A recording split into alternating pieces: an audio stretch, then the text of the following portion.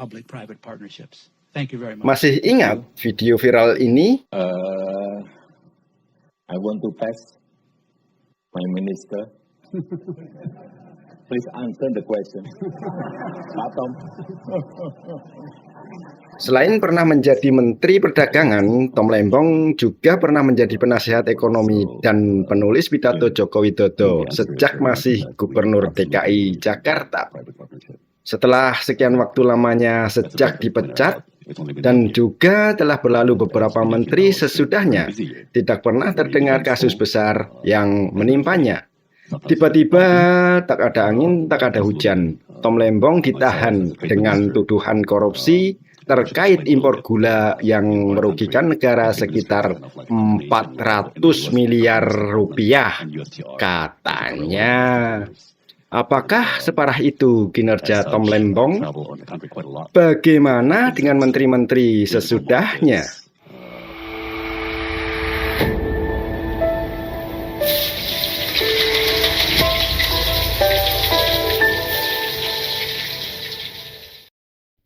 Ini postingan dari akun Cak Kum di platform X. Harley Siregar Kapus Penkum Kejagung mulutnya keluh saat ditanya mengenai mengapa Mendak lain yang juga impor gula dan lebih besar impornya dalam kondisi yang sama surplus gula tapi tidak diproses seperti Tom Lembong. Kelihatan banget kan kasus ini politisasi sampai belum ada buktinya. Nah, seperti ini videonya. Pak Harley, saya mau tegaskan ya, sampai saat ini, sampai detik ini, penyidik dari Kejaksaan Agung belum menemukan indikasi suap ataupun gratifikasi ataupun fraud terhadap mantan Menteri Perdagangan Thomas Lembong. Saya ingin Anda menjawab itu. Jangan dikatakan Mbak bahwa sampai detik ini tidak ditemukan. Karena sekarang begini, kami kan masih fokus terhadap pemenuhan pasal-pasal sangkaan. Baik. Ya, sementara ini kan baru beberapa hari. Ya, kita kan belum melihat bagaimana peran dari pihak-pihak yang terkait soal itu. Persoalannya Pak Harley, saya harus sebutkan ya, kalau tadi Anda katakan bahwa salah satu alasan kenapa Thomas Lembong ditetapkan sebagai tersangka karena di saat Indonesia sedang surplus gula, ternyata impor gula dilakukan. Tapi saya ingin sampaikan data bahwa yang melakukan impor gula bukan hanya Menteri Perdagangan Thomas Lembong. Menteri-menteri sesudahnya, Enggar Setiato Lukito, impor gula sekitar 15 juta ton. Agus Suparmanto, impor gula sekitar 9,5 juta ton. Muhammad Lutfi, impor gula sekitar 13 juta ton. Zulkifli Hasan, impor gula sekitar 18 juta ton. Jadi impor gula itu dilakukan di saat situasi Indonesia juga surplus gula.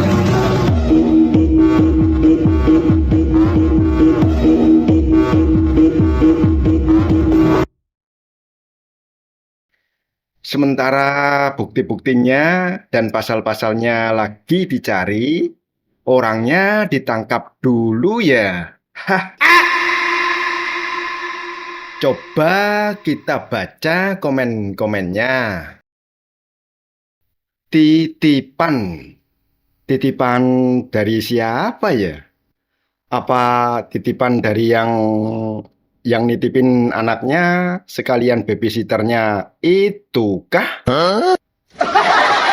Ada yang nempelin postingan nih. Mantan Wakapolri. Kalau seorang jaksa mengatakan tidak perlu ada aliran dana, jaksa sekolahnya di mana? Karena sekarang lagi musim ijazah abal-abal. Jangan-jangan yang nitipin tadi yang ijazahnya abal-abal yang itu ya? Hehehe. Coba kita tonton videonya. Nomor 20 tahun 2001 tentang korupsi juga sudah jelas di mana seseorang atau barang siapa yang secara melawan hukum memperkaya diri atau orang lain atau korporasi ya kemudian merugikan keuangan negara dan perekonomian negara. Dibuktikan semua. Kalau seorang jaksa mengatakan tidak perlu ada aliran dana, ini jaksa sekolahnya di mana saya nggak tahu. Ya kan, enggak, ini sekarang saya mencoba menebak-nebak saja. Sekarang lagi musim ijazah palsu, ijazah abal-abal nih. Perlu ditanyakan sekolahnya dari mana. Ini penyelidikan dalam tindak pidana korupsi, Pak. Itu extraordinary crime sampai dibentuk KPK. Oke. Kalau seorang jaksa sebagai penyidik tindak pidana korupsi bicara seperti itu, menurut saya perlu diragukan sekolahnya di mana. Kalau saya itu dulu. Jangan sampai juga abal-abal ya. Iya, karena begini, kalau di kepolisian sebagai komentar pidana, ada suatu peristiwa, kemudian dibuatkan laporan polisi atau di KPK laporan kejadian LK. Tapi di kejaksaan nggak tahu apakah itu LI atau laporan jaksa atau laporan polisian atau laporan kejadian. Nah, laporan itu biasa kemudian dikeluarkan sprindik langsung. Nah, baru dibikin ada pemanggilan, ada penyelidikan kalau belum jelas. Nah, penyelidikan reserse, penyelidikan dan tindak pidana berbeda dengan penyelidikan intelijen. Kalau intelijen bangun tidur, dia jalan gerbang dibikin laporan penyelidikan.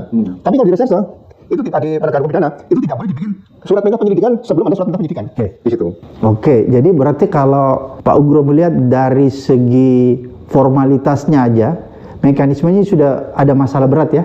Administrasi penyidikannya menurut saya cukup salah berat, bukan salah sedikit, salah berat di sini, gitu loh. Jadi kalau sudah berani menangkap dan menahan Tom Lembong, berarti jaksa sudah pernah memeriksa satu Menko Ekuin, kemudian bea cukai.